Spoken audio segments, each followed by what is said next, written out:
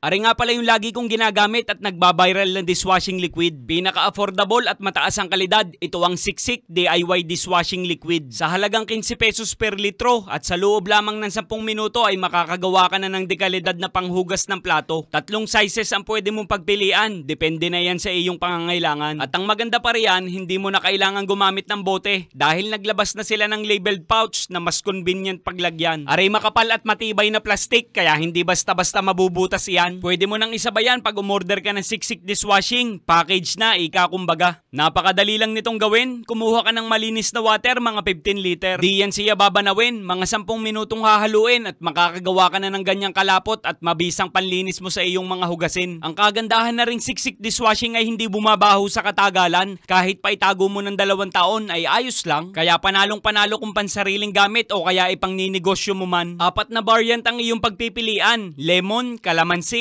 antibac at meron ding unscented kung iyong kinakailangan. Kaya nga din sa aking kainan, Siksik Dishwashing sadya ang aking pinagkakatiwalaan. Makaka-order ka nito online, ilalagay ko na lang sa comment section ng link at bahala ka na.